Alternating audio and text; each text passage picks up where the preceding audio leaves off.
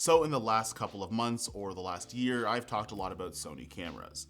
And you might say that I am deemed a fanboy. However, there are some things about Sony cameras in general that I just don't like. So in today's video, in all fairness, I'm going to talk about the 10 things I hate about Sony cameras. This might hurt some feelings, particularly my own. So the first thing that I don't like about Sony cameras, or the first thing that I might hate, is there's too many damn picture profiles. There's S-Log3, there's HLG, there's CP3, there's just way too many picture profiles that you have to choose from, and honestly, I probably only use 2 or 3 of them. I need one good log profile, maybe one for HDR, one decent Rec 709, and from the bottom of my heart, if Sony scrapped the rest of them, I probably wouldn't complain. It's just that the number of the picture profiles available is just, it's too damn high. Now the second thing, and this is kind of understandable, but with higher quality footage, you're going to need higher quality and obviously more expensive cards. But Sony, why do I have to rob Nikon users just so I can afford a CF Express Type A card? And I still have to take out a line of credit just to have more than one of these in my SD card case. Now this wouldn't be as big of a pet peeve if the Canon C70 didn't figure out a way to actually have RAW recorded to SD cards.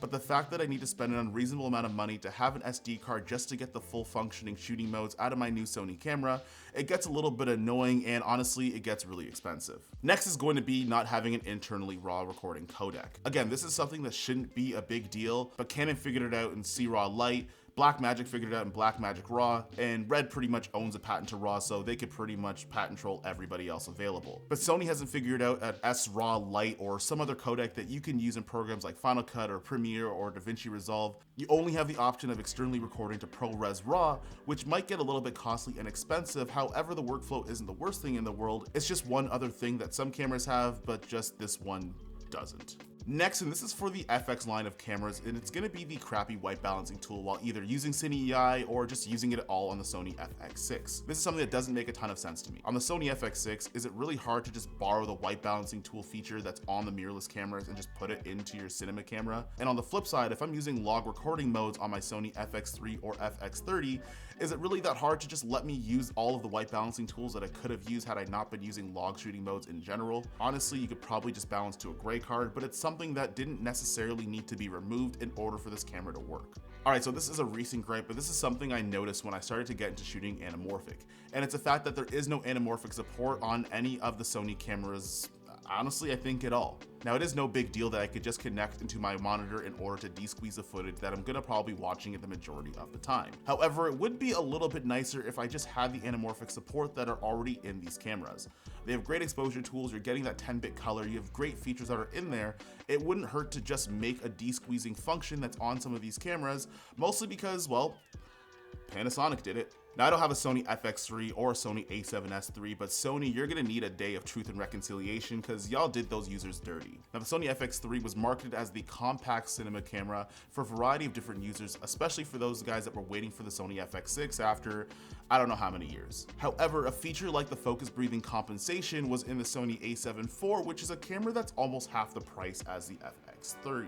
On top of that, if you're a Sony a7S III user versus a Sony FX3 user, the fact that there isn't a firmware update just to borrow the same quick menu on the FX3 on the a7S III, despite them having the same sensor and a lot of the same capabilities, I totally understand why some Sony a7S III users feel a little bit forgotten, because there's features in cameras that are either less expensive than the S3 or cameras that have the same sensor and honestly some of the same internals, but they don't get all the same features in their shooting modes in terms of being able to use the camera easily. Now, this camera I do own, but y'all did the Sony FX6 a little bit dirty by not giving us a 3.5mm jack, and the fact that if we want to hear anything out of that camera outside of the onboard mic, we have to use that top handle, which doesn't really play well with using a gimbal. Now, I'm hoping there's a reason for this, and I'm probably not only not going to get a straight answer, but I'm also probably going to have to wait for a Mark II for them to hopefully fix this problem. But having a top handle where that's the only way you're going to get audio from doesn't work very well for people that rig their camera in a variety of different situations. Also, if you're someone like me who's a little bit clumsy and you end up dropping the top handle, then you're kind of out of luck in terms of finding something that you can get decent audio on. Now, this one is a gripe, but honestly, I give Sony a pass. This probably isn't their fault, but keeping cameras in stock seems to be a problem that particularly the Sony cameras have been having.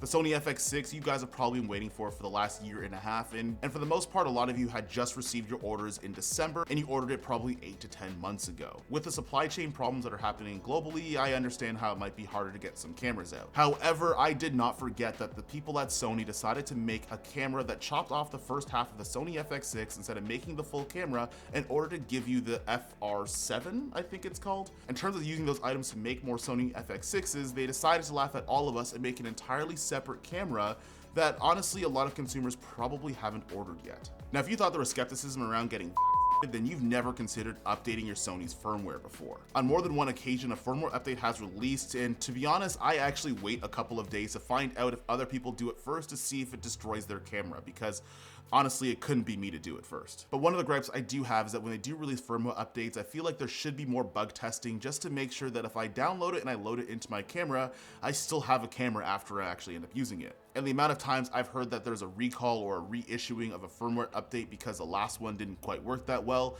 it gets a little bit annoying, and every time a new one comes up, I'm just a little bit more terrified about doing it than the last time. And the last thing that I hate about Sony cameras is myself, because despite listing all the reasons why I don't like the system, I still end up buying these things. In fact, I own 3 Sony cameras. I have the Sony a7 IV, the Sony FX3, and the Sony FX6. And at one point, I even had the Sony FX3 added into that collection.